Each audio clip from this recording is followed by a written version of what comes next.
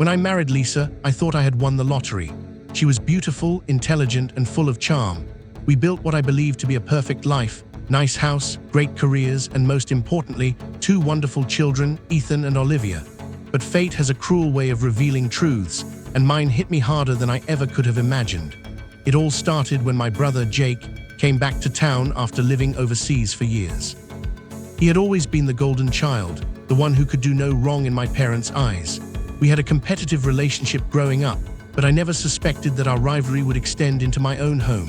One evening, after a few drinks at a family gathering, my mother made a passing comment about how much Ethan looked like Jake when he was a child.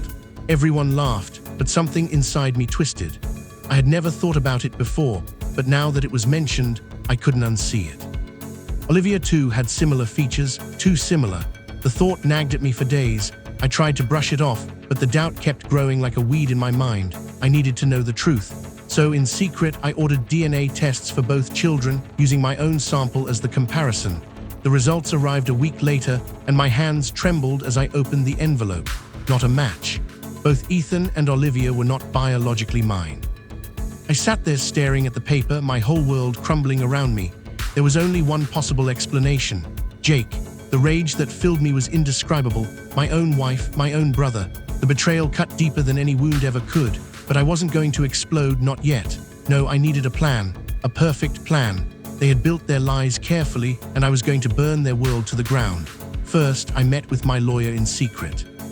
I wanted to ensure I wouldn't be financially responsible for children who weren't mine, and I wanted a divorce that would leave Lisa with nothing. My lawyer assured me that, with proof of infidelity and fraud, I could make that happen. Next, I reached out to a private investigator. If Lisa had been cheating with Jake, who's to say she hadn't done it with others?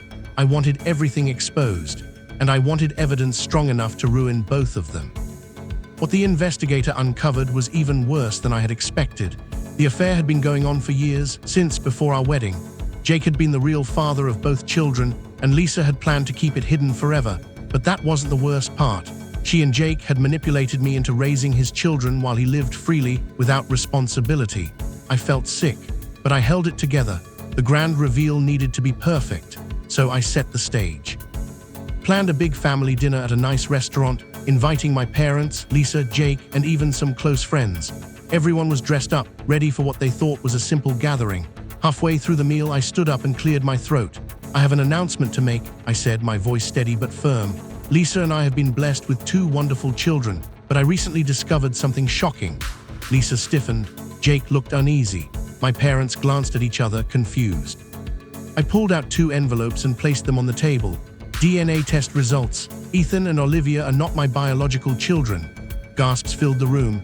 Lisa's face turned ghostly white. My mother covered her mouth. Jake, he just sat there silent. And the real father? I continued, looking straight at my brother. Jake. The silence was deafening. My father's face turned red with rage. My mother started crying. Lisa finally spoke, her voice shaking. "Please, let's talk about this in private." "No," I cut her off. "You made a fool out of me in public. We settle this here."